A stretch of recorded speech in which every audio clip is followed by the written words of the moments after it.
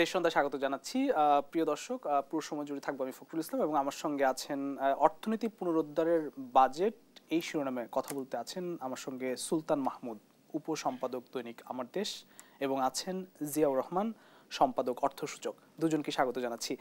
আমি শুরুতেই জনাব সুলতান মাহমুদ আপনার কাছে যেতে চাই। 2025-26 অন্তর্বর্তীকালীন সরকারের একটি বিশেষ সময়ের একটি বাজেট, যেটি গেলবারের তুলনায় 7,000 কোটি টাকা কমেছে, 7,90,000 কোটি টাকা। বলা হচ্ছে যে অর্থনীতি পুনরুদ্ধারের বাজেট। আসলে কতটা সেই অর্থনীতি পুনরুদ্ধারের বাজেট হলো? এই বাজেটটা আসলে কি দেখলেন? বাজেটে আসলে বিশেষ কি আছে? ধন্যবাদ।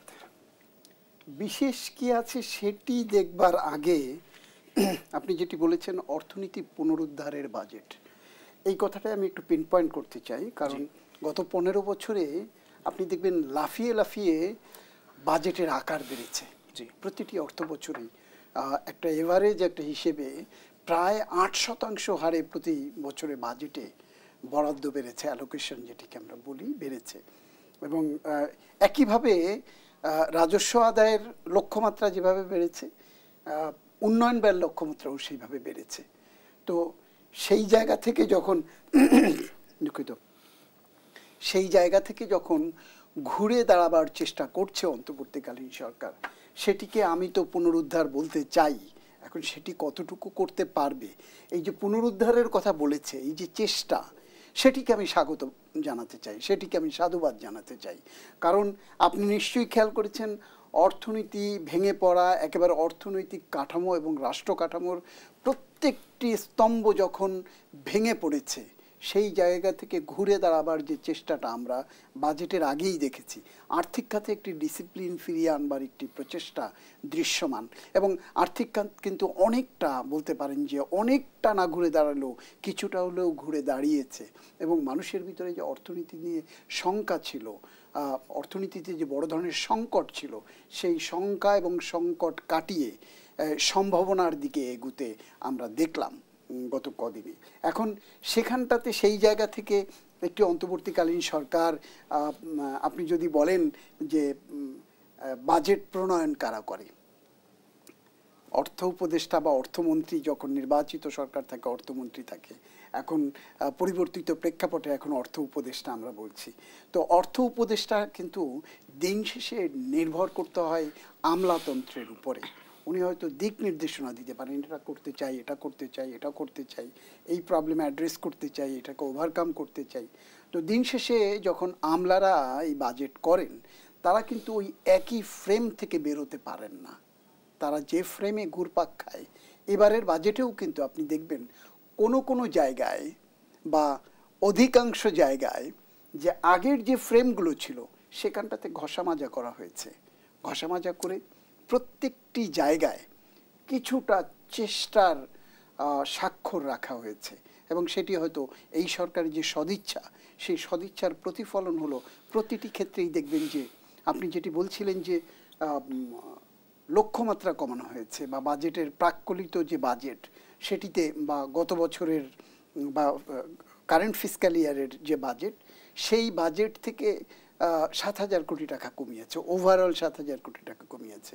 7,90,000 কোটি টাকার বাজেট প্রস্তাব করেছেন অর্থ উপদেষ্টা ডক্টর সালেউদ্দিন আহমেদ। শুধু তাই না, আমরা লক্ষ্য করেছি যে উন্নয়ন বাবদ যে বরাদ্দ সেখানেও কিন্তু কমেছে 35,000 কোটি টাকা গেলবারের তুলনায়। সেখানেও 35,000। এখন আপনি যদি বলেন যে আমি উন্নয়ন বাজেট থেকেই শুরু করি, উন্নয়ন বাজেটে আপনি দেখবেন যে নির্বাচিত সরকার বা গত 15 বছরের সরকার বা বিভিন্ন সময়ের সরকার, যখন কোনো রাজনৈতিক সরকার ক্ষমতায় থাকে, তখন তার রাজনীতির বিবেচনায় কিন্তু বাজেট একটি বড় প্রায়োরিটি পায়। বাজেটে রাজনৈতিক বিবেচনাটা বা দলীয় রাজনীতির জায়গাটা একটা বড় প্রায়োরিটি পায়। সেখানটাতে রাজনৈতিক ফানুস উড়ানোর একটা ব্যাপার থাকে, রাজনৈতিক লক্ষ্য আদর্শ বাস্তবায়নের একটি ব্যাপার থাকে, এবং সেই অনুযায়ী কতগুলো প্রকল্প নেওয়া হয় যে কতগুলো দেখানোর প্রকল্প, আর যেটা আমরা গত 15 বছরে দেখেছি লুটপাটের প্রকল্প ছিল, অনেক লুটপাটের প্রকল্প ছিল। আমার সাথে জিয়া আছে, নিশ্চয়ই আমার সাথে একমত হবেন যে প্রকল্পগুলোর ব্যয় হয়তো আমি যদি এক্সাম্পল হিসেবে ধরি যে 10,000 কোটি টাকায় যে প্রকল্পটা শেষ হতে পারত, সেই প্রকল্প কিন্তু আমরা দেখেছি যে 18, 20, 25, 30,000 কোটি টাকায় গিয়ে ঠেকেছে। এগুলো হলো আপনি যদি মেগা প্রকল্পের নামে রাজনৈতিক উদ্দেশ্য বা দলীয় স্বার্থ চরিতার্থ করবার যে জায়গাটি ছিল, এবার কিন্তু সেই জায়গাটা আপনি উন্নয়ন বাজেটে কিছুটা কম। আমি এই জন্য বলছি, দেখেন এই সরকার যেহেতু একটু অরাজনৈতিক সরকার, যার কারণে তাদের কিন্তু কোনো ওই রাজনৈতিক অভিলাষ, রাজনৈতিক লক্ষ্য বা রাজনৈতিক ফায়দা লুটবার কোনো সুযোগ নাই। তো সেই কারণে কিন্তু যেটি কমেছে আমি কিন্তু তাতে তুষ্ট নই। আচ্ছা, আরো কমলে ভালো হতো। কিন্তু যেহেতু রাজনীতির এখানে রাজনৈতিক ফায়দা লুটবার বা চোরতন্ত্রের অর্থনীতিকে পাকাপোক্ত করবার বা সেটিকে ফুলিয়ে ফাঁপিয়ে আরও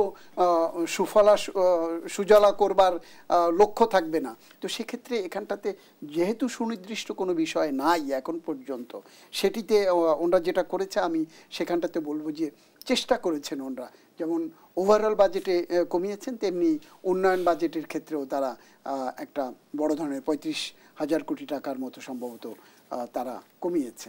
তো এটি আমি মনে করি যে একটি অন্তর্বর্তী সরকারের জন্য এটি যুগোপযোগী বা সময় উপযোগী একটি বাজেট। কিন্তু এখানে আরও অনেক কিছু করবার ছিল, তারা করতে পারতেন, কিন্তু কেন করতে পারেন নাই সেটি আসলে বিবেচনা করবার বা খতিয়ে দেখবার একটা ব্যাপার থাকে। ধন্যবাদ। আমি একটু আপনার কাছে আসবো, তবে তার আগে জনাব জিয়াউর রহমান, সম্পাদক অর্থসূচক, আপনার কাছে একটু আসতে চাই। যেহেতু রাজনৈতিক সরকার নয়, বিনিয়োগের পরিস্থিতিও আপনি জানেন যে বিনিয়োগ সেভাবে হচ্ছে না। সবসময় বাজেট আসলে একটা কথা বলা হয় যে বাস্তবমুখী, বাস্তবায়নযোগ্য, কতটা বাস্তবায়নযোগ্য হয় এবারের বাজেট নিরীক্ষা আসলে কি বলবেন আপনি, কি দেখলেন? না, দুর্ভাগ্যবশত এইবারের বাজেটকেও বলতে হবে যে এটা বাস্তবায়নযোগ্য নয়। কি কারণে আমি বলছি, প্রথম কথা হচ্ছে যে এটা ইতিবাচক দিক যে বাজেটটাকে লাগাম ছাড়া ভাবে বড় করা হয় না, ফানুসের মতো ফোলানো হয় নাই। যে কথা সুলতান ভাই বললেন, আমি হয়তো একই কথা বলবো, প্রতিধ্বনি করব যে অতীতে একটি ছিল শো অফ করা, আর আরেকটি ছিল যে এখান থেকে পয়সা বানানোর জন্য নানা প্রজেক্ট তৈরি করে খরচ বাড়িয়ে দেখে বড় করা বাজেটকে। এবার এই দিকে যায়নি, হাঁটেনি সরকার, এটা একটি ভালো দিক। কিন্তু তারপরেও যে কাঠামোর মধ্যে বাজেটটি প্রণয়ন করা হয়েছে, আমি মনে করি সে বাজেটটি বাস্তবায়ন করা অনেক বেশি কঠিন হবে। কারণ কি, বাজেটের দুটি দিক, একটি হলো আয় এবং একটি হলো ব্যয়। সরকার ব্যয়ের দিকে কিছু লাগাম টেনেছে, আপনি দেখেছেন যে গত বছর যে 7,000 কোটি টাকা কম কিংবা উন্নয়ন বাজেট কমানো হয়েছে, কিন্তু রাজস্ব বাজেট কিন্তু বাড়ানো হয়েছে। এখানে কিন্তু লাগাম টানতে পারেনি সরকার, কিছু হয়তো বাড়তো, কিন্তু যে হারে বেড়েছে সেটা কিন্তু বলতে হয় যে আমলাদের হাতে যে যখন যে সরকার আসে তারা যে জিম্মি হয়ে যায়, এই সরকারও সেই জিম্মি হওয়ার অবস্থা থেকে বের হতে পারেনি। যেখানে আমি বাজেট ছোট করলাম, যেখানে আমার রিসোর্স কম, সেখানে আমার উচিত ছিল যে সরকারি ব্যয়ও আমি কমাবো। আপনি শ্রীলঙ্কায় দেখেন বিপ্লবের পরে যেটি হয়েছে, তারা কিন্তু সরকারি পর্যায়ে ব্যয় অনেক কমিয়েছে, তারা শিক্ষা খাতে বরাদ্দ বাড়িয়েছে, তারা স্বাস্থ্য খাতে বরাদ্দ বাড়িয়েছে, তারা ইনোভেটিভ কিছু করার দিকে বরাদ্দ বাড়িয়েছে। এইভাবে তারা তাদের ওই সংকট থেকে উত্তরত হয়ে এখন একটি ভালো অবস্থায় এসেছে। আমাদের যে সংকট ছিল, সংকট থেকে এই সরকার দৃশ্যমান 2-3টি ভালো কাজ করতে পেরেছে। প্রথম কথা হচ্ছে ব্যাংকিং সেক্টরে যে একটা অনাস্থা তৈরি হয়েছে, যে লুটপাট তৈরি হয়েছিল এবং ব্যাংকগুলো কলাপস করার মতো অবস্থায় হয়ে গিয়েছিল, সেই জায়গা থেকে কিন্তু ব্যাংকগুলোকে রক্ষা করতে পেরেছে। চূড়ান্ত পর্যায়ে কিছু ব্যাংকে রক্ষা করা যাবে কিনা আমি জানি না, যদি এইভাবে থাকে সরকার সে বিকল্পের কথা বলছেন যে কয়েকটি ব্যাংকে মার্জার করে একীভূত করে রক্ষা করার চেষ্টা করবে। তবু আমরা মনে করি যে একটা আস্থা ফিরেছে। আপনি দেখেন ব্যাংকিং যে ব্যাংকগুলো ভালো আছে সেখানে কিন্তু এখন আমানত বাড়ছে, সেটি একটা ভালো দিক। আপনি রেমিটেন্স বেড়েছে, আপনি রিজার্ভ বেড়েছে। আমরা একসময় মনে করছিলাম যে রিজার্ভের অবস্থা যে প্রতি মাসে কমছিল, $1 বিলিয়ন করে কমছিল, একটা সময় হয়তো আমরা নিত্য প্রয়োজনীয় পণ্য আমদানি করতে পারবো না। শ্রীলঙ্কা যেটা হয়েছিল, জ্বালানি তেল আমদানি করতে পারছিল না, পেট্রোল পাম্পে গাড়ির সারি, ওষুধ কেনা যাচ্ছিল না, এমন একটা অবস্থা কিন্তু আমরা আশঙ্কা করছিলাম। সেই জায়গায় থেকে রিজার্ভ কিন্তু বাড়ছে। এবং আরো একটি খুবই শক্তিশালী ভালো দিক হচ্ছে যে ডলারকে বাজারের উপর ছেড়ে দেওয়ার পরে ডলারের দাম কিন্তু বাড়ে নাই, স্টেবল আছে। এইগুলো একটা ভালো দিক। কিন্তু আমি বলবো যে এই বাজেটকে আরো বেশি বাস্তবায়নযোগ্য করতে গেলে যে ধরনের আরো কিছু উদ্যোগ দরকার ছিল, সেই জায়গাগুলো ঘাটতি আছে এবং বাস্তবায়নযোগ্য হবে না। এই কারণে যে আপনাকে তো ব্যয় করতে হবে, তাই না? তো আপনি যদি এই সময়ে আপনি প্রাইভেট সেক্টরের ক্রেডিট গ্রোথ এক লক্ষণীয়ভাবে কম, তো ক্রেডিট গ্রোথ নাই মানে কি কর্মসংস্থান হচ্ছে না, নতুন শিল্প হচ্ছে না। এই জায়গায় কর্মসংস্থান এর দায়িত্ব কিছুটা সরকার নিতে পারতো, কারণ এখন যে একটা ট্রানজিশনাল পিরিয়ড, সব সময় এরকম সময়গুলোতে যখন রাজনৈতিক অনিশ্চয়তা থাকে, নির্বাচন নিয়ে অনিশ্চয়তা থাকে, সামনের কোন সরকার আসবে, আদৌ কোনো নির্বাচন হবে কিনা, যদি হয় কারা আসবে, তাদের পলিসি কি হবে, এই সরকার যেসব পলিসি নিচ্ছে সেগুলো ধারাবাহিকতা থাকবে কিনা, এইসব না বুঝে শিল্পপতিরা বিনিয়োগ করতে চান না, শিল্প উদ্যোক্তারা রিস্ক নিতে চান না। তো এই সময়ে মানুষের কর্মসংস্থানের জন্য সরকারকে একটা ভূমিকা বেশি করে নিতে হয়। আমি মনে করি আগের সরকারের মতো মেগা প্রকল্প না করে ছোট ছোট প্রকল্প বেশি বাড়িয়ে হলেও আপনার উন্নয়ন প্রকল্পে, উন্নয়ন কর্মসূচিতে বরাদ্দ বাড়ানো দরকার ছিল। যাই হোক, সেটি কথা। কিন্তু যতটুকুই করেছে সেই ব্যয়টুকু যে করবে, সেই ব্যয়ের টাকাটা আসবে কোত্থেকে? আপনি রাজস্ব আহরণের পরিমাণ দেখেছেন, গ্রোথ দেখাচ্ছেন প্রায় 25%। আপনি 4,99,000 কোটি টাকা হচ্ছে আমার রাজস্ব আয়ের, এনবিআর এর মাধ্যমে রাজস্ব আয়ের টার্গেট। আর গত বছর চলতি অর্থ বছরের মার্চ পর্যন্ত 2.5 লাখ কোটি টাকার মতো আয় হয়েছে। আপনি আর বাকি 3 মাস, এই 3 মাসে বড় জোর 1.5 লাখ কোটি টাকা ধরেন, আমার ধারণা সেটিও হবে না। যদি 4 লাখ 10 মাসে 62%। তো এই যদি হয় তাহলে আপনাকে আগামী বছর প্রবৃদ্ধি করতে হবে 25%। এটি বাংলাদেশের ইতিহাসে স্বাভাবিক সময় হয়নি। এখন আমরা দুইটি অস্বাভাবিক সময় পার করছি। একটি অস্বাভাবিক সময় হচ্ছে এই যে বললাম নির্বাচন কেন্দ্রিক অনিশ্চয়তা, ব্যবসা বাণিজ্যের একটা স্থবিরতা, ইনভেস্টমেন্টের স্থবিরতা, যার ফলে আপনার রেভিনিউ কম হবে। আরেকটি হচ্ছে যারা রেভিনিউ আহরণ করে সে এনবিআর এর মধ্যে তো বিদ্রোহ দেখা দিয়েছে। এনবিআর কে ভাঙা নিয়ে যে একটা অবস্থা, অচল অবস্থা তৈরি হয়েছে, সরকার কিন্তু সমাধান করতে পারেনি। তো এই সমাধান যদি না হয়, এনবিআর যদি মাঠে খুব বেশি অ্যাক্টিভ না হয়, আন্তরিক না হয়, আপনি রেভিনিউটা আহরণ করবেন কাকে দিয়ে? তো রেভিনিউ যদি আহরণ না করতে পারেন, আপনি এই বাজেট বাস্তবায়ন করতে পারবেন না। আমার ধারণা আগামী অর্থ বছরে 4 লাখ কোটি টাকা রেভিনিউ সরকার, যে সরকারই হোক, যদি মাঝখানে নির্বাচন হয়ে যায়, নির্বাচিত সরকারও আসে, এই যে ধাক্কাটা এনবিআর এ লেগেছে, এইসব ধাক্কার ফলে 4 লাখ কোটি টাকাও আয় করা যাবে না। তো 4 লাখ টাকা যদি আপনি আহরণ না করতে পারেন, আপনি 5 লাখ কোটি টাকা আহরণের লক্ষ্যমাত্রা নির্ধারণ করেছেন, তাহলে আপনি ব্যয়টা করবেন কিভাবে? এই কারণে আমি মনে করছি যে আসলে এই বাজেটও আসলে ওই অর্থে বাস্তবায়নযোগ্য নয়। মানে এমনটা আসলে কেন করা হয়? প্রতি বছরই আমরা দেখি যে একেবারে বাজেটের যে ফানুস সেটি ফুলিয়ে ফাঁপিয়ে করা হয়। অতীতে করা হয়েছে, যেটা আমরা বলছিলাম যে অতীতে করা হয়েছে দুটি লক্ষ্যে। একটি হলো শো অফ করা, জাতিকে দেখানো আমরা অর্থনৈতিক অনেক উন্নয়ন করছি, দেখো কত বড় বড় বাজেট দিচ্ছি, রেকর্ড করছি। এর আড়ালে এই যে গণতন্ত্রহীনতা, নির্বাচনহীনতা, রাজনৈতিক অধিকারহীনতা, এগুলোকে আড়াল করে রাখা। আরেকটি হচ্ছে যে লুটের জন্য একটা পরিবেশ তৈরি করা। আপনি বড় বাজেট, বড় উন্নয়ন, মেগা প্রকল্প, সুতরাং একটা লুটপাট তো হবেই, কেউ কোনো প্রশ্ন তুলতে পারবে না যে এত বড় ব্রিজ বানাচ্ছি আমি, এত বড় প্রজেক্ট বানাচ্ছি, সেটি একটি। কিন্তু এইবারে যেটি হয়েছে, এবারও কেন হবে? এর চেয়ে বেশি ছোট করা যায় না। কারণ কি? হয়তো এই যে বললাম আমলাতন্ত্রের হাতে বন্দী, আমলারা তো সেই কাঠামোর ভেতর দিয়ে এগিয়েছে। প্রতি বছর সাধারণত 8 থেকে 10% যেখানে বাড়ে বাজেট, এবার ওরা বলছে আমরা বাড়াইনি, এই সমান, তার চেয়ে ছোট তো করা যাবে না। ছোট করলে জনগণের কাছে এই সরকারের সক্ষমতা নিয়ে প্রশ্ন উঠে যাবে, এরকম একটি বিষয়।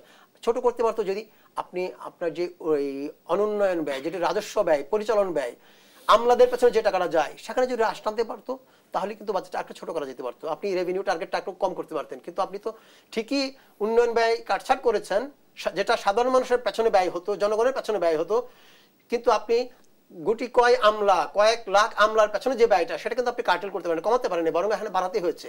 এই যে একটি সমন্বয়হীনতা বা এই যে একটি আপুষ্কামিতা, আপুষ শেষ লাগু করতে হয়েছে আমলাতন্ত্রের কাছে, সে কারণে আসলে বাজেটটা এবারও বাস্তবসম্মত হয়নি। ধন্যবাদ। আমি একটু আবারও যেতে চাই জনাব সুলতান মাহমুদ, আমাদের 2 মিনিট সময় আছে। এই যে আয় ব্যয়ের যে ফারাকটি আমরা প্রতি বছরই লক্ষ্য করি, মানে এখান থেকে বের হইতে পারি না কেন? ধন্যবাদ আপনাকে। তার আগে বলে রাখি যে এবার কর্মসংস্থানের জন্য উনি একটি কথা বলেছেন বাজেট বক্তৃতায়, আমি যেটু শুনলাম, সেটি হলো যে শূন্য দারিদ্র, শূন্য কর্মস্থান, বেকারত্ব, শূন্য দারিদ্র এবং শূন্য বেকারত্ব, এটি হলো ওনার বাজেটের মূল লক্ষ্য। কিন্তু সেই লক্ষ্যকে বাস্তবে রূপ দেওয়ার ক্ষেত্রে কতটি ওনারা এগোতে পারবেন, আর একটু অনির্বাচিত সরকার, তাদের পক্ষে অনেকগুলো ঝুঁকি নেওয়ার সুযোগ আছে এবং তারা সংস্কার কমিশনের মাধ্যমে 11টি সংস্কার কমিশন, সেখান থেকে কতগুলো প্রস্তাব এসছে। তো সেই দিকে হয়তো ওনারা নজর দেবেন, আমি মনে করি যেটুকু সময় পাবেন তারা। কিন্তু আপনি যেটি বললেন যে আয় এবং ব্যয়ের যে বৈষম্য, আপনি ব্যয় কিভাবে হ্রাস টেনে ধরবে? আপনি যেটি জিয়া বলল যে প্রশাসন যন্ত্র চালানো বা রাষ্ট্র কাঠামো চালাতে যে ব্যয়, সেটি তো ক্রমেই বাড়ছে, সেটিকে তো টেনে ধরবার কোনো সুযোগ নাই। তো চাইলেই কিন্তু আপনি এটিকে খুব 90 ডিগ্রি অ্যাঙ্গেলে এটিকে নামিয়ে আনতে পারবেন না। এটি হয়তো আপনি টেনে ধরতে পারবেন, আস্তে আস্তে আস্তে আস্তে ব্যয় কাট করতে পারবেন, কিন্তু একসাথে পারবেন না। তার উপরে আবার নতুন করে মহার্ঘ ভাতার চাপ আছে। তো সব মিলিয়ে সরকারের যে পরিচালন ব্যয়, সেটা তো কমানোর কোনো সুযোগ নাই। আর যেটা আপনি আয় এবং ব্যয়ের কথা বলছিলেন, রাজস্ব আয়ের যে লক্ষ্যমাত্রা যেটি নেওয়া হয়, দেখেন আমরা এমন একটি জায়গাতে বসবাস করি, বা আমরা এমন একটি জাতি, আমরা সবসময় আমরা অভ্যস্ত হয়ে গেছি, আমরা চাইবো কামান পাবো বন্দুক, সেরকম একটি, বা পাবো পিস্তল, এরকম একটি অবস্থা তৈরি হয়েছে আমলাতন্ত্রের মধ্যে। বিশেষ করে যদি আপনি যেখান থেকে রাজস্ব আহরণের কথা বলা হয়, জিয়া অলরেডি পয়েন্ট আউট করেছে, সেখানটাতে দেখবেন যে আমার রাজস্ব আহরণের জন্য আমাকে আমার কর নেটটাকে বাড়াতে হবে। আমি এখন 5 জনের কাছ থেকে কর নিচ্ছি, এই 5 জনের উপরে যত পারি প্রতি বছর আমি তাকে বাড়িয়ে দিয়েছি, এই কর, এই কর, ওই কর, এই বিএটি, এই অ্যাডভান্স ট্যাক্স, যত রকম যা কিছু আছে সেগুলো দিচ্ছে। কিন্তু যারা আসে নাই, আপনি যদি দেখেন যে 3 কোটি টাকার উপরে মজুদ আছে, বা 3 কোটি টাকার মালিক, এরকমের সংখ্যা, এরকম লোকের সংখ্যা 3 শতাধিক, না এটা 3 কোটি না, 6 কোটির উপরে টাকা, 3 শতাধিক লোকের কাছে, 3 লক্ষাধিক লোকের কাছে এটি আছে। তো তারা কোথায়? নেটের মধ্যে আসে নাই। 1 কোটি টাকার উপরে, যেটাকে আমরা বলি যে করযোগ্য আয়ের বেশি যাদের কাছে কর আছে, সেরকম আছে প্রায় 7.5 লাখ লোক। তারা করের আওতায় আসে নাই, তাদেরকে আনতে পারেনি। যারা এসছে নানান কারণে আসছে, নানান ইনস্ট্রুমেন্টের কারণে, তাদেরকেই বেঁধে পিটানো হচ্ছে।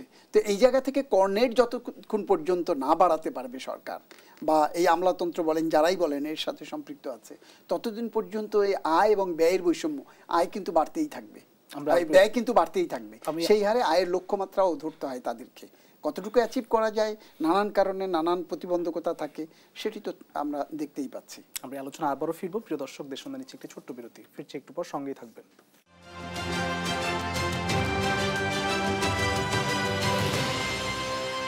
আবারও স্বাগত জানাচ্ছি দেশ সন্ধ্যা, এবং আমরা সরাসরি আলোচনায় ফিরতে চাই। জনাব সুলতান মাহমুদ, আপনার কাছে আবারও আসতে চাই যে কর্মসংস্থানের উপর আমাদের এখন কর্মসংস্থান খুবই নিম্ন পর্যায়ে, যে কর্মসংস্থানের রেট, সেক্ষেত্রে আসলে কোন দিক নির্দেশনা আছে কিনা। আরেকটি বিষয় যে নিত্য পণ্যর যে দাম বাড়া কমা, সেখানে দেখলাম যে বিলাসী যেসব পণ্য সেগুলোর উপর দাম বাড়ার একটি প্রস্তাবনা আমরা লক্ষ্য করেছি। আবার সাধারণ মানুষের কিছু জায়গায় আছে যেগুলোতে দাম অত কমছে, এলএনজি থেকে শুরু করে, এগুলো নিয়ে যদি কিছু বলতে চান। প্রথম কথা হচ্ছে, আপনি বেকারত্বের কথা যেটা বলেছেন, কর্মসংস্থানের কথা, উনি কিন্তু প্রথমেই ওনার বক্তব্যের সূচনাতেই উনি 2-3টা পয়েন্ট বলেছেন। একটা আমি ঠিক মনে করতে পারছি না, দুটি যেটা আমার মনে আছে, একটা হচ্ছে শূন্য দারিদ্র্য, শূন্য বেকারত্ব, এই দুটি জায়গায় উনি খুব জোর দিয়েছেন। এখন সেই শূন্য দারিদ্র্য, আমরা এখনো মনে হয়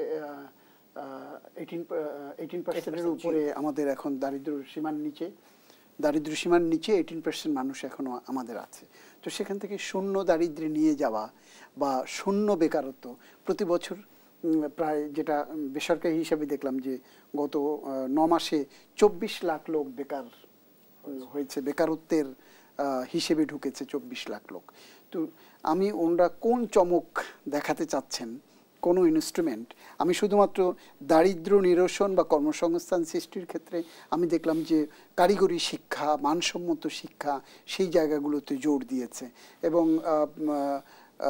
মাদ্রাসা শিক্ষার ক্ষেত্রেও সেটিকে কর্মমুখী শিক্ষা, বিশ্ববিদ্যালয়ের শিক্ষাকেও, বিশেষ করে বেসরকারি বিশ্ববিদ্যালয়গুলোকেও বলেছে যে কর্মসৃজন শিক্ষা দেওয়ার ক্ষেত্রে বলেছে। আরেকটি জায়গায় হলো বিদেশে কর্মসংস্থান করবার ক্ষেত্রে, মানে জনশক্তি রপ্তানি, প্রশিক্ষিত জনশক্তি রপ্তানির করবার ক্ষেত্রে একটি অ্যালোকেশন আমি দেখতে পেলাম যে বরাদ্দ করা হয়েছে। তো এই জায়গাগুলোর, এবং খুব আমি যেটা বলছিলাম যে ম্যাজিক্যাল বা ক্যারিসমেটিক যে কোনো বড় ধরনের ইনভেস্টমেন্টের ঘোষণা এই শূন্য দারিদ্র্য এবং শূন্য কর্মসংস্থান করবার জন্য সে বলেছে, সেটি আমি ঠিক এখনো পর্যন্ত খুঁজে পাই নাই। এবং এই শূন্য দারিদ্র্য এবং শূন্য কর্মসংস্থান, বেকারত্বের জায়গায় কত সময়ের মধ্যে এটিকে করতে চান, আমি মনে করি নিশ্চয়ই এটি 1 ফিসক্যাল ইয়ারের মধ্যে এটি আদৌ সম্ভব না। আমাদের দেশে এমন কোনো ম্যাজিক্যাল কোনো কিছু ঘটে যায়নি। তো সেটিতে হয়তো আমরা আরও ডিটেলসে গেলে জানতে পারবো যে আসলে উনি কোন কোন জায়গাতে গেছেন। আর আপনি একটি বলছিলেন যে কি হলো মূল্যস্ফীতি কমানোর ক্ষেত্রে, উনি কিন্তু এই সরকার, উনি বা ওনার সরকার, যেটাকে অন্তর্বর্তী সরকার বলা হয়, অন্তর্বর্তীকালীন সরকারের সময় আমরা দেখব যে নির্বাচিত সরকারের শেষের দিকে, এই আওয়ামী লীগ সরকারের পতনের আগে ইনফ্লেশন কিন্তু সেটিকে আপনার মূল্যস্ফীতি কিন্তু আপনার পয়েন্ট টু পয়েন্ট 14+ হয়ে গিয়েছিল। সেই 14+ থেকে এটিতে 9-এ নেমেছে, জুনে 9-এ নেমেছে সম্ভবত, আর জুনের মধ্যে উনি বলেছেন যে 8% মধ্যে নামিয়ে আনবার একটি কথা বলেছেন। তো সেটি কিভাবে করবেন, তারই কিন্তু কতগুলো ইঙ্গিত এখানটাতে দিয়েছে। এখন এই মূল্যস্ফীতি কমিয়ে আনবার জন্য নিত্য পণ্য, যেটিকে আমরা বলে থাকি, আপনি মনে করেন যে যেখানে যেখানে শূন্য শুল্ক ছিল পণ্য আমদানির ক্ষেত্রে, সেটিকে উনি বহাল রেখেছেন, বহাল রাখার ঘোষণা দিয়েছেন উনি। আবার সেক্ষেত্রে চিনির শুল্ক কমানো হয়েছে। আবার যেটিকে বলা হয় ভোজ্য তেলে কমানো হয়েছে, এবং এনএলজি, যেটি এখন আমাদের জ্বালানি গ্যাসের একটি বড় জায়গা। তো এইগুলো হলো একেবারে কি পয়েন্টে উনি হাত দিয়েছেন। চামড়া শিল্পর কথা না, আমি এই তিনটার কথা বললাম কারণ এগুলো হলো, যদি এনএলজির কথা যদি আপনি বলেন, এলএনজির কথা, এলএনজিতে যখন কমাবে তার প্রভাব কিন্তু টোটাল অর্থনীতিতে তার একটি পজিটিভ প্রভাব পড়বে। এরকম মূল জায়গাগুলোতে উনি হাত দিয়েছেন। আরেকটি জায়গা হলো যে আপনি যেটি বলছেন যে বিলাসী পণ্যের, আমার আগে তো বাঁচতে হবে, তারপরে তো বিলাসিতা।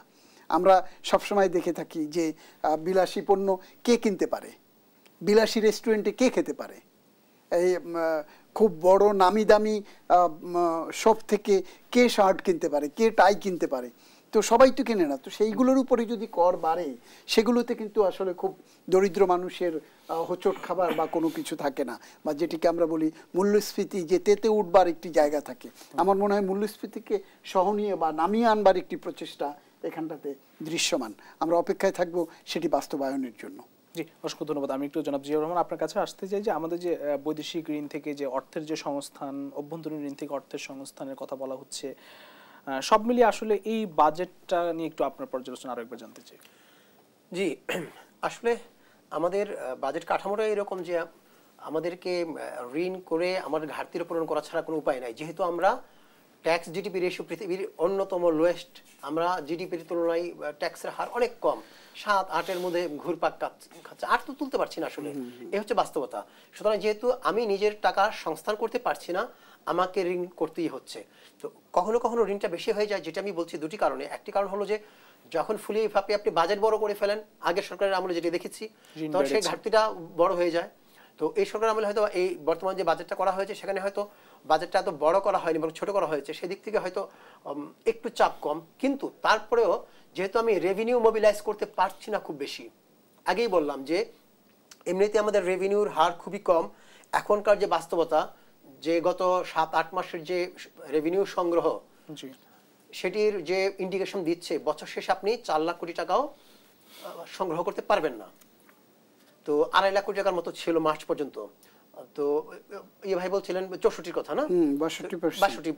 তো এই যদি হয় তাহলে আপনি যদি 4 লাখ কোটির জায়গায় 5 লাখ কোটি করতে চান, তাহলে আপনাকে গ্রোথ করতে হবে 25%। বর্তমান রাজনৈতিক অনিশ্চয়তা, বর্তমান অর্থনৈতিক অনিশ্চয়তা, বর্তমান বিনিয়োগ করা এবং এনবিআর এর ভেতর যে সমস্যা চলছে, সেগুলোর মধ্য দিয়ে এটি যদি ওভারকামও করেন, সেটা কিন্তু সময় লাগবে, আরো 1-2 মাস সময় লেগে যাবে সেটেল করতে সবকিছু। আপনার পক্ষে কিন্তু রেভিনিউ টার্গেট অর্জন করা সম্ভব না। তাহলে আপনি কি বাস্তবায়ন খরচ না করে পারবেন? সরকারি কর্মকর্তাদের যে বেতন ভাতা, বোনাস, অন্যান্য কিছু আপনি না দিয়ে পারবেন না। আপনার যে উন্নয়ন বাজেট, কিছু কাটছাট হয়তো আপনি করবেন, আপনি ব্যাপকভাবে কাটছাট করতে পারবেন না। তাহলে কি করতে হবে? আপনার এই খরচ ঠিক রাখতে গেলে আপনাকে ধার করে টাকা আনতেই হবে, আপনাকে ব্যাংক থেকে ঋণ নিতে হবে, আপনাকে বিদেশি ডোনারের কাছ থেকে ঋণ নিতে হবে। তো এই সরকার তাই করছে। কিন্তু আমাদের অনুরোধ কিংবা তাগিদ থাকবে সেটি হচ্ছে ব্যাংক থেকে ঋণ কত কম নেওয়া যায়। দুটি কারণে ব্যাংকের ঋণ সরকারের জন্য কস্টলি হয়ে যায়, এক। দ্বিতীয়ত সরকার যদি ব্যাংক থেকে বেশি ঋণ নিয়ে যায়, তাহলে বেসরকারি খাত কিন্তু বঞ্চিত হয়। তারা কিন্তু তাদের প্রাপ্য যে ঋণ, তার যে অর্থায়নের দরকার, সেটা কিন্তু ব্যাংক থেকে ওভাবে পায় না, কিংবা পেলেও তার কস্টিংটা বেশি হয়ে যায়।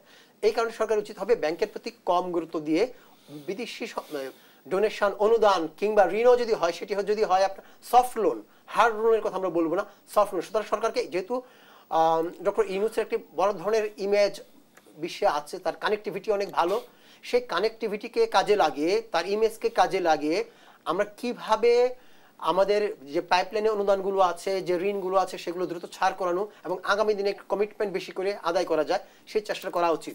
সেগুলো শুধুমাত্র তো আমাদের অর্থ উপদেষ্টা কিংবা প্রধান উপদেষ্টার উপর নির্ভর করবে না, নির্ভর করবে আমাদের যারা ইআরডিতে আছেন, যারা এক্সটার্নাল মন্ত্রণালয়ে আছে, এই মন্ত্রণালয়ে যারা আছেন তাদের উপর নির্ভর করবে। আমাদের যারা অর্থগুলো ব্যয় করেন সে ব্যয়গুলোর উপর নির্ভর করে মন্ত্রণালয়ের দক্ষতা, মন্ত্রণালয়ের স্বচ্ছতা, জবাবদিহিতা। কারণ বিদেশি ডোনাররা, উন্নয়ন সহযোগীরা সবসময় চায় আমরা এফিসিয়েন্টলি সে টাকাটা ব্যয় করতে পারছি কিনা, আমরা স্বচ্ছভাবে ব্যয় করতে পারছি কিনা, তার একটা জবাবদিহিতা আছে কিনা। যদি তারা সন্তুষ্ট হয়, তারা আস্থা রাখতে পারে, তাহলে দ্রুত টাকা ছাড় করেন।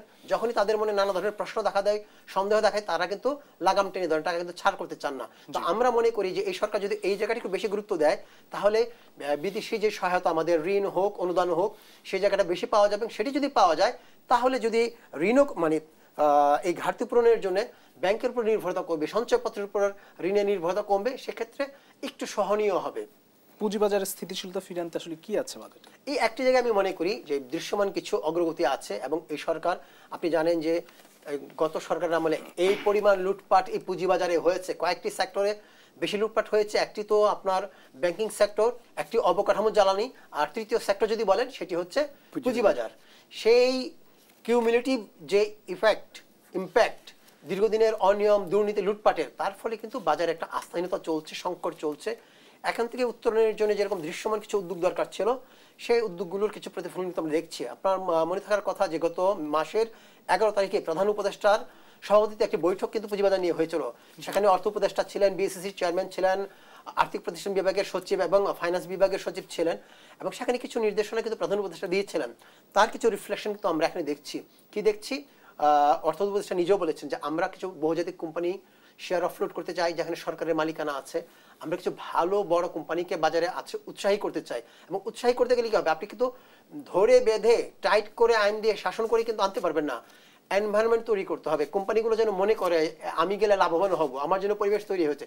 সেক্ষেত্রে আপনি দেখবেন যে লিস্টেড এবং নন লিস্টেড কোম্পানির যে ট্যাক্স গ্যাপ আগে ছিল 5%, এটি আসলে একসময় 10% ছিল। গত সরকারের সময়ে লোটাস আমলে এটি কিন্তু 5% করা হয়েছে, কমিয়ে এটিকে আবার 10% করার একটা দাবি ছিল। হয়তো বর্তমান যে আর্থিক বাস্তবতা, সেই বাস্তবতায় সরকার 10% করতে পারেনি, 7.5% করেছে। সেটিকেও কিন্তু এক ধরনের সদিচ্ছার প্রতিফলন আমরা মনে করি। এর ফলে কিছু ভালো কোম্পানি হয়তো বাজারে আসতে আগ্রহী হতে পারে। সেটি বাজারে ব্যাংকের উপর নির্ভরতা কমাবে। ব্যাংকগুলো আপনি ধরেন একটুখানি ঝুঁকিমুক্ত থাকবে, কারণ ব্যাংক তো স্বল্প মেয়াদে আমানত সংগ্রহ করে দীর্ঘমেয়াদে যখন ঋণ দেয়, তার জন্য কিন্তু ঝুঁকি তৈরি হয়, যে কারণে আমরা ব্যাংকে এত খেলাপি ঋণের ছড়াছড়ি দেখছি। সেটি একটি ভালো দিক। আরেকটি হলো যে মার্চেন্ট ব্যাংক একটা বড় ধরনের ইন্টারমিডিয়েট প্রতিষ্ঠান, এরা কিন্তু ব্যাংক না, কিন্তু ব্যাংক নাম আছে বলে সাথে যুক্ত, তাদেরকে ব্যাংকের কাতারে ফেলে এতদিন 37.5% কিন্তু কর নেওয়া হতো, তাদের ক্ষেত্রে এখন 27% করা হয়েছে, যার ফলে তারা একটু স্বস্তি পাবে, প্রতিষ্ঠানগুলো টিকে থাকতে পারবে, এবং তারা হয়তো ভালো কিছু আইপিও নিয়ে আসার জন্য, কোম্পানি নিয়ে আসার জন্য কাজ করতে পারবে। আর ব্রোকার হাউসগুলো যে প্রতিদিন লেনদেন করে, এখানে এই লেনদেনের উপরেই কিন্তু উৎসে কর ছিল 0.05%। এটি অনেক বেশি। এটা বাইরের দেশগুলো, পাকিস্তান, ভারত, শ্রীলঙ্কা যদি ধরেন, তার তুলনায় 5, 7, 10 গুণ পর্যন্ত, সেটি কিন্তু কমিয়ে এখন 0.03% করা হচ্ছে। এটি একটি ভালো দিক। আরো কিছু পরোক্ষ সুবিধা পুঁজিবাজার পাবে, যেমন আপনি ধরেন মোবাইল কোম্পানিগুলোর যে টার্নওভার ট্যাক্স ছিল, সেই টার্নওভার ট্যাক্স কিন্তু কমানো হচ্ছে। এটা ছিল আপনার 5, এটা করা হচ্ছে 1.5%, 2% ছিল 1.5% করা হচ্ছে, সেটাও কিন্তু বেনিফিট পাবে। তো আমি মনে করি যে যতটা না কর কমানো হয়েছে, তার চেয়ে বড় বিষয় হচ্ছে একটা সিম্বলিক। সরকার যে পুঁজিবাজার নিয়ে ভাবছে, পুঁজিবাজারের বিনিয়োগকারী, লিস্টেড কোম্পানি এবং অন্যান্য ইন্টারমিডিয়েট প্রতিষ্ঠানের পাশে যে তারা আছে, তাদের সদিচ্ছা আছে বাজারকে গতিশীল করা, বাজারকে স্বচ্ছ করা, সেটির কারণে বাজারে একটা আমি মনে করি ইতিবাচক একটা প্রভাব পড়বে। এটি আমাদের অর্থনীতিকেও আসলে গতিশীলতায় সহায়তা করবে। অসংখ্য ধন্যবাদ জনাব জিয়াউর রহমান। আমরা আবারও আলোচনায় ফিরতে চাই। প্রিয় দর্শক, দেশ সন্ধ্যা নিচ্ছে আরও একটি বিরতি, ফিরছি একটু পর, সঙ্গে থাকবেন।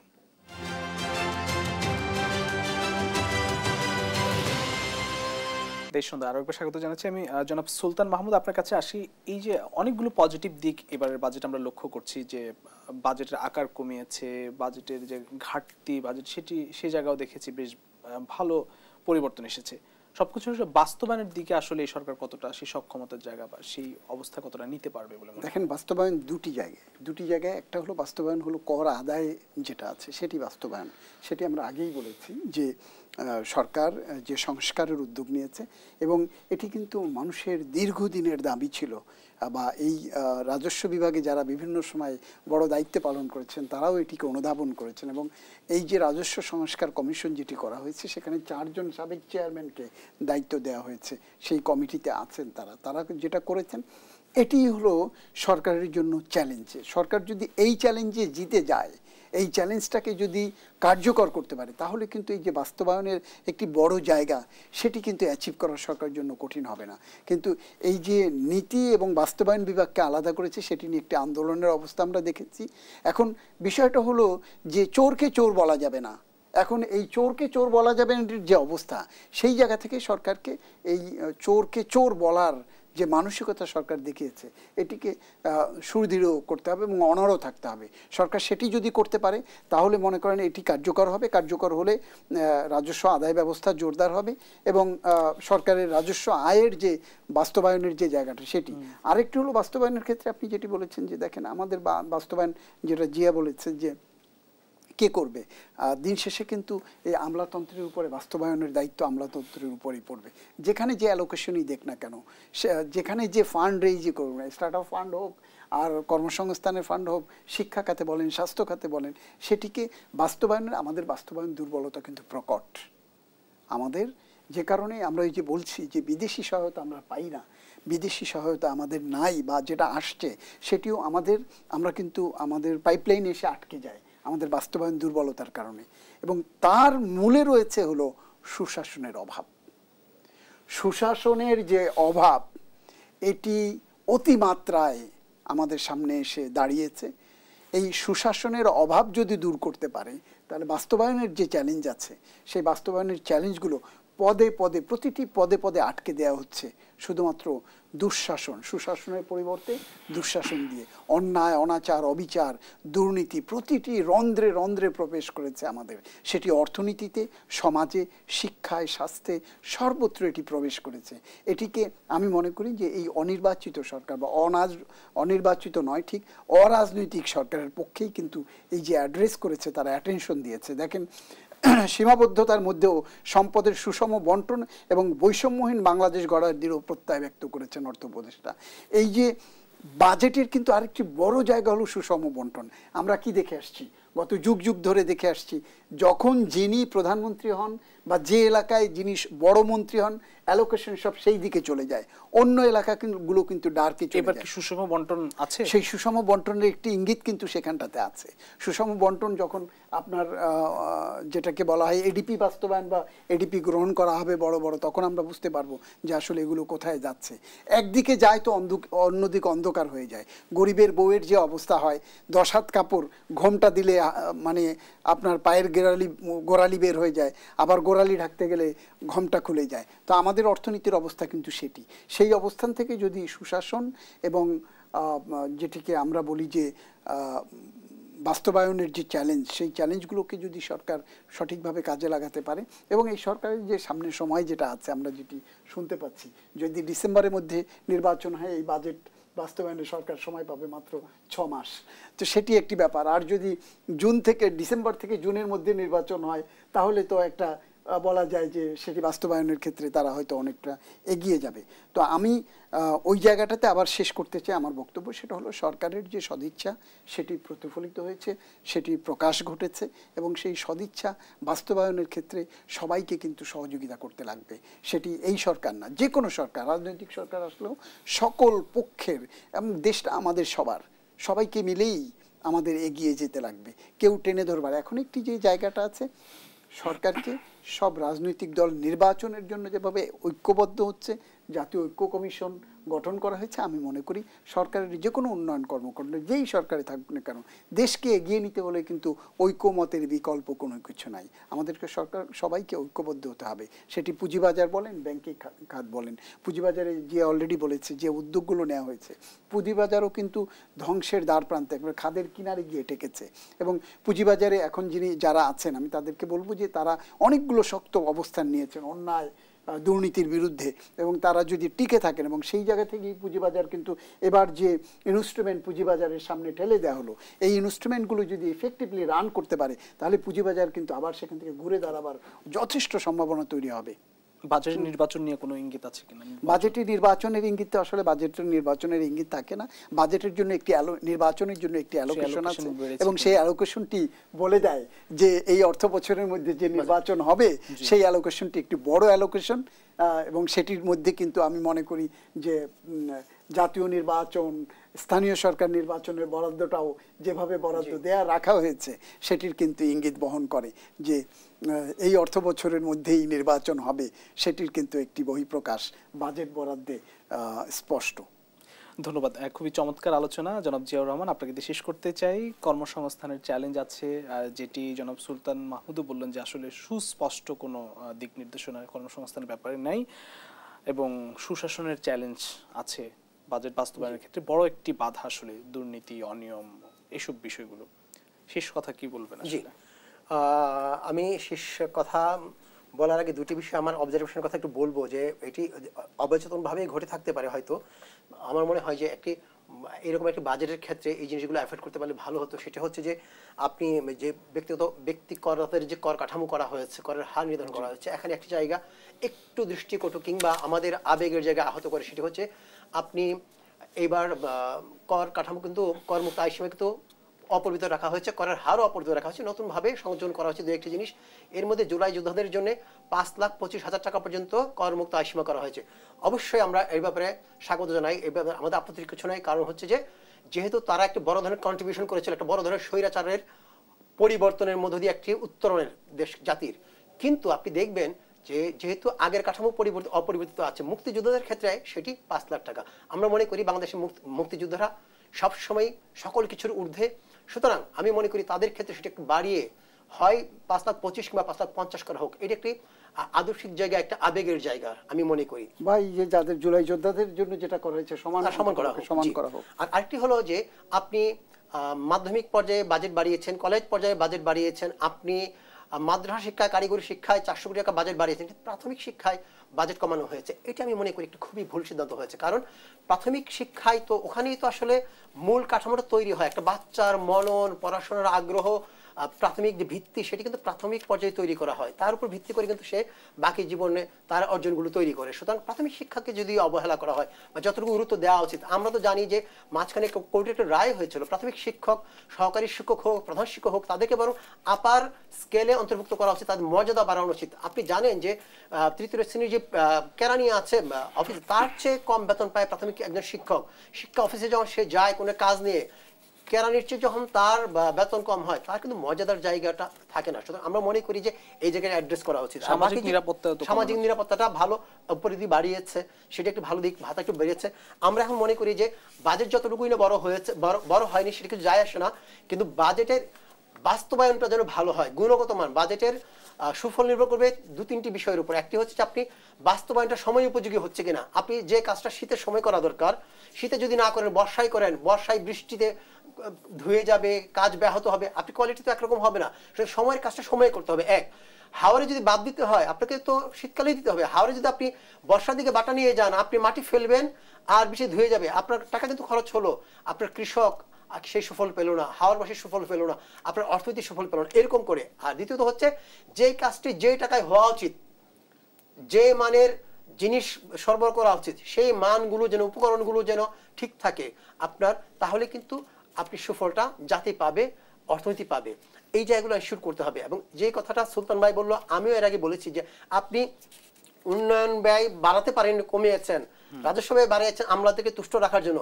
সে আমলারা যেন প্রপারলি কাজটুকু করে, কারণ আমলাদের মাধ্যমেই কিন্তু, প্রশাসন যন্ত্রের মাধ্যমেই কিন্তু বাজেটটা বাস্তবায়িত হবে। এবং এই ক্ষেত্রে আমাদের অনুরোধ থাকবে আমাদের যে রাজনৈতিক দলগুলো আছে তাদের প্রতিও, এটি একটি অনির্বাচিত কিংবা অরাজনৈতিক সরকার, কিন্তু তারা যে সরকারি প্রশাসন যন্ত্রে একটা শৃঙ্খলা আনার জন্য কিছু আইন কানুনের পরিবর্তন করছে। আপনি রেভিনিউ আহরণের ক্ষেত্রে একটা দৃষ্টান্তমূলক কি বলবো, দৃষ্টান্তমূলক এক্সাম্পল স্থাপন করতে যাচ্ছে যে আপনার এনবিআরকে ভাগ করেছে দুটি।